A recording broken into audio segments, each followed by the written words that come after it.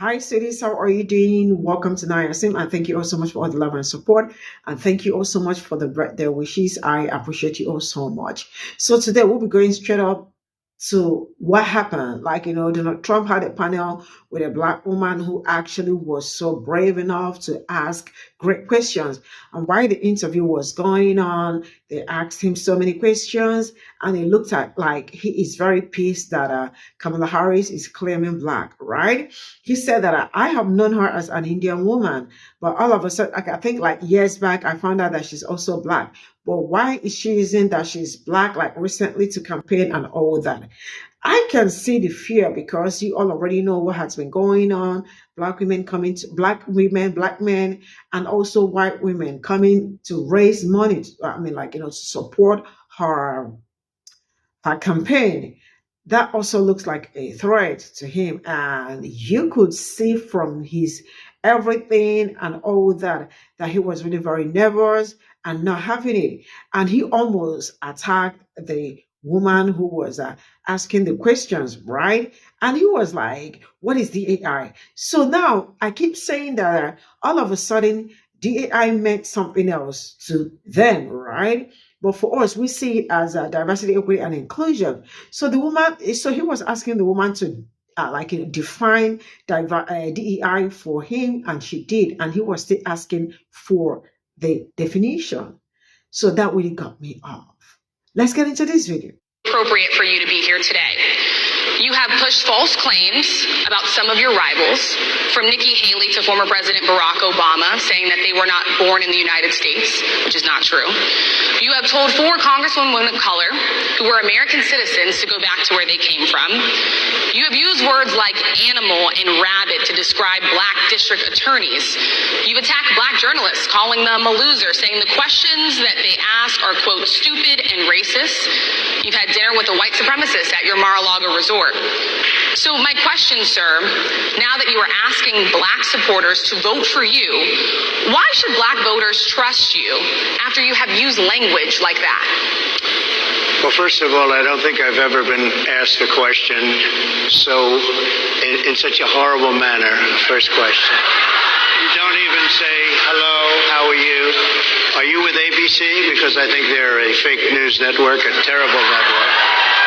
And I think it's disgraceful that I came here in good spirit. I love the black population of this country. I've done so much for the black population of this country, including employment, including opportunity zones with Senator Tim Scott of South Carolina, which is one of the greatest programs ever for black workers and black entrepreneurs.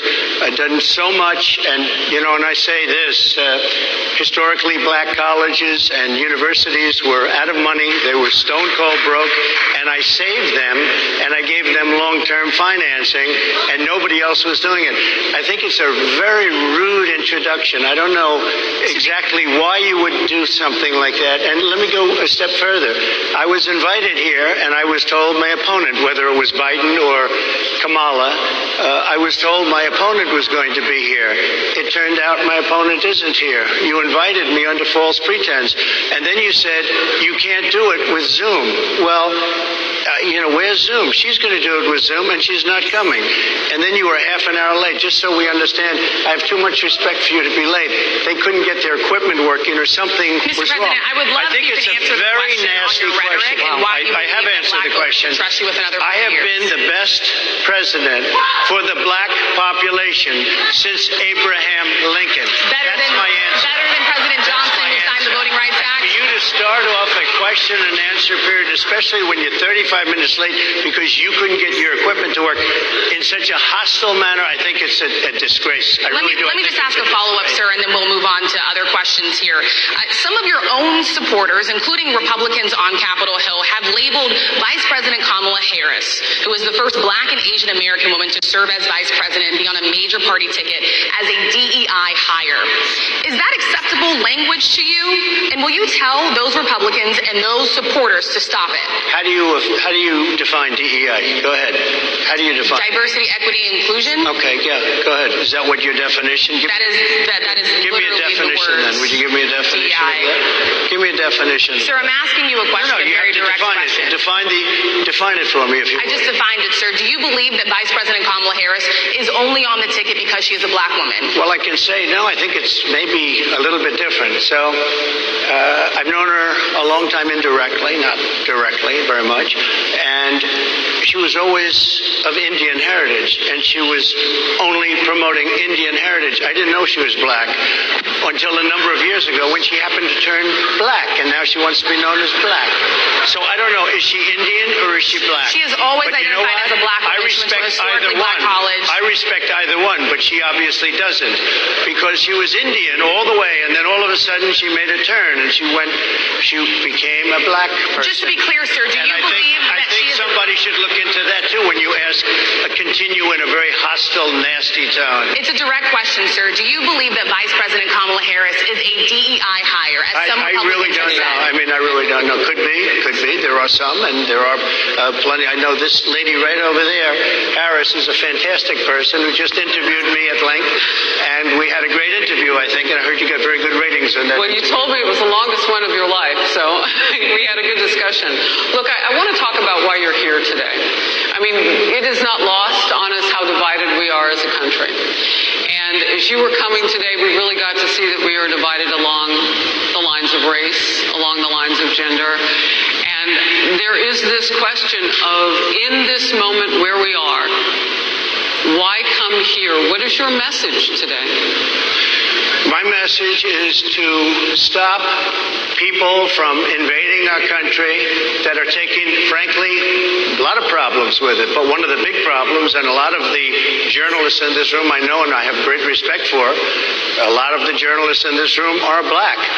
I will tell you that coming from the border are millions and millions of people that happen to be taking black jobs. You had the best. What exactly is a black job, sir?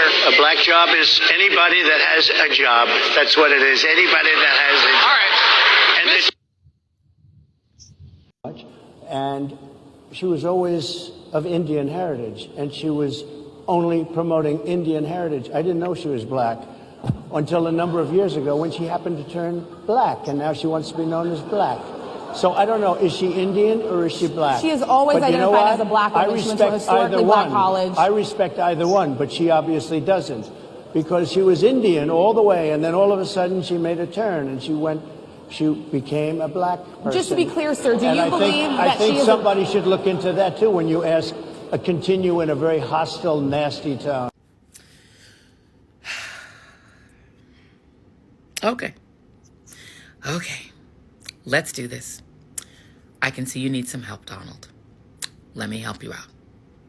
And for those who are also geographically challenged and don't understand race and ethnicity, I'm going to do this one time. Here we go. Little history lesson. This is the Caribbean, okay? And that's Cuba. There's Haiti. And this little bit here that is colored orange, that's Jamaica. Now, the population of Jamaica originally was Taino, indigenous people.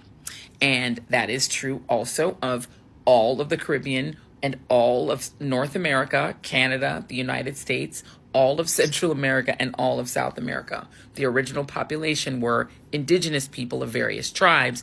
The tribe that was predominant in Jamaica just happened to be Taino, indigenous people, who were mostly wiped out by the colonizers who came from places like Spain, Portugal, Britain, France, etc.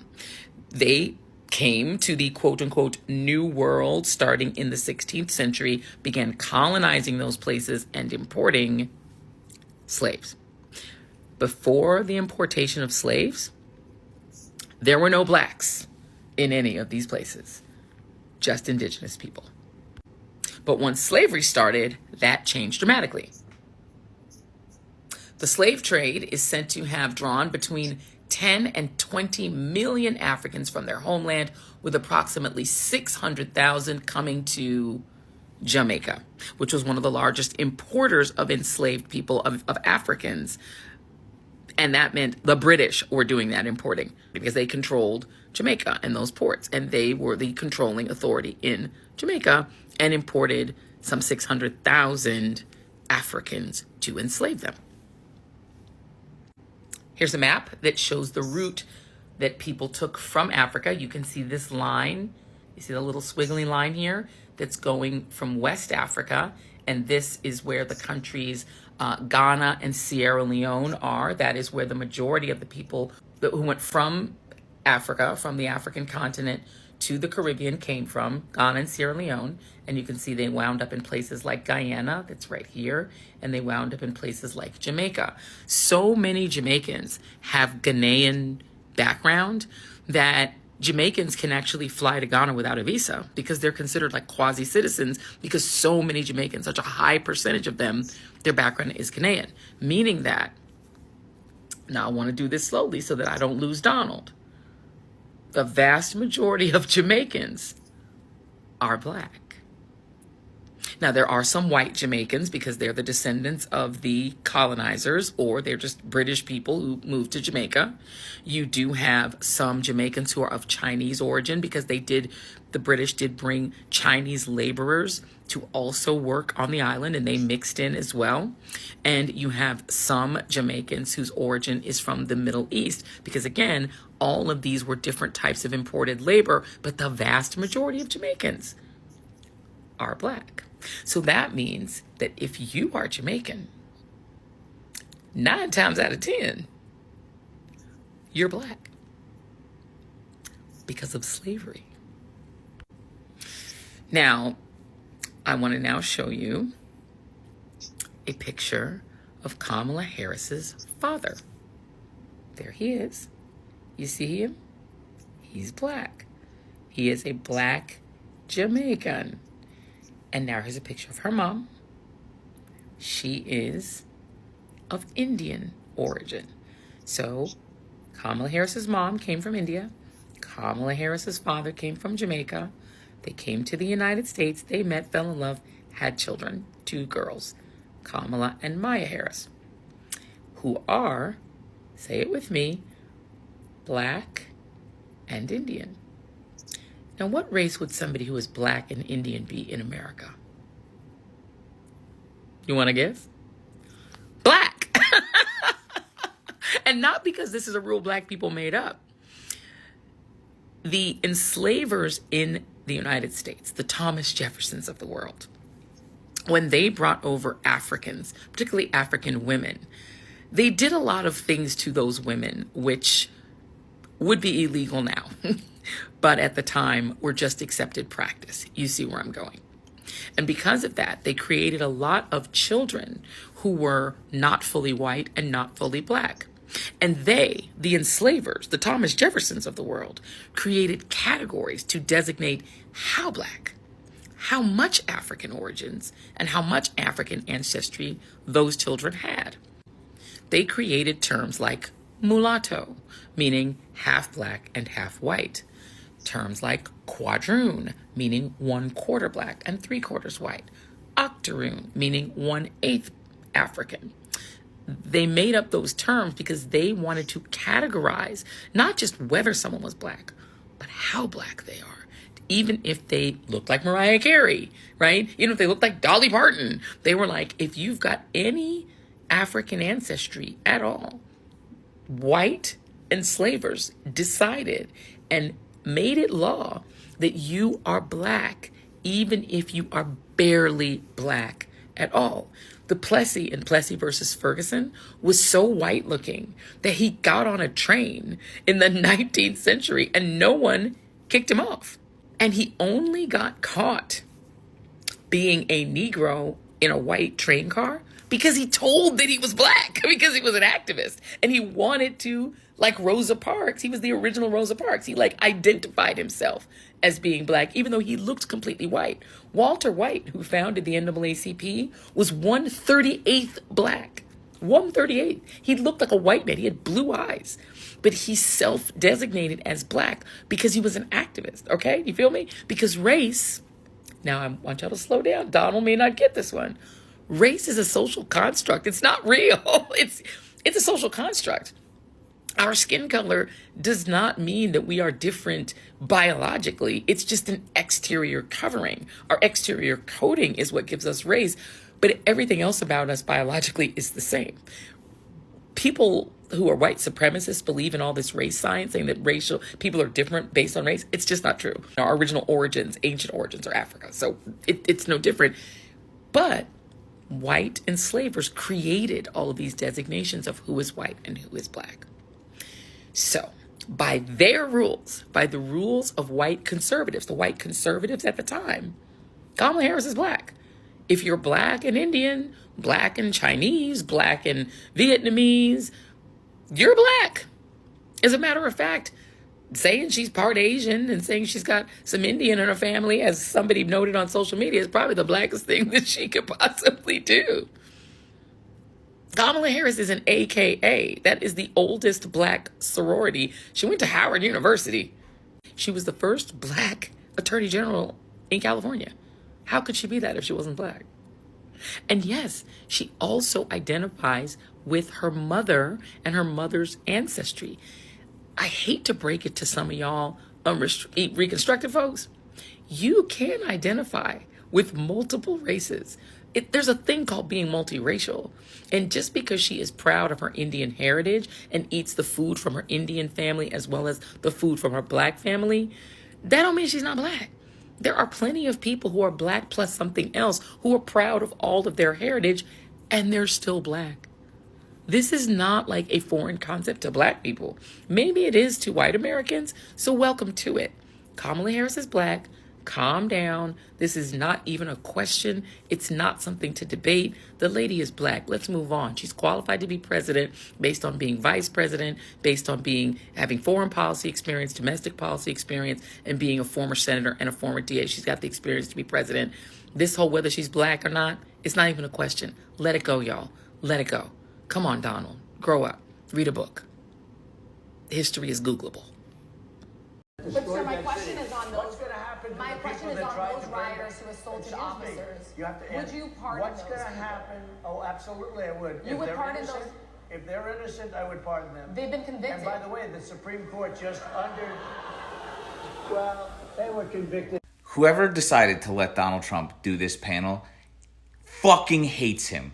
And I salute you, sir or madam. This is an unmitigated disaster. This is the equivalent of cartoonishly setting your hair on fire and then running around trying to find a body of water to extinguish it. This could not have gone any fucking worse for this guy. Personally, I think this is pretty emblematic of their campaign right now. It's kind of like they're on an airplane and they lost the engines and then also the wings and then also the tail. And then also this dude is in complete disarray, meltdown.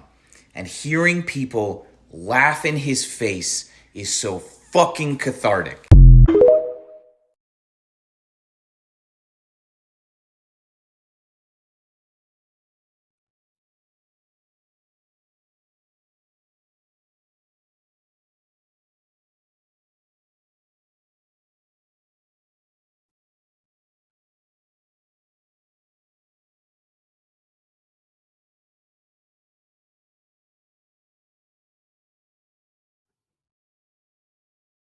So this is all I got from this video, and you all already can see where it's going on. It looks like he is also jealous that, nobody is supposed to have black community or black people except him.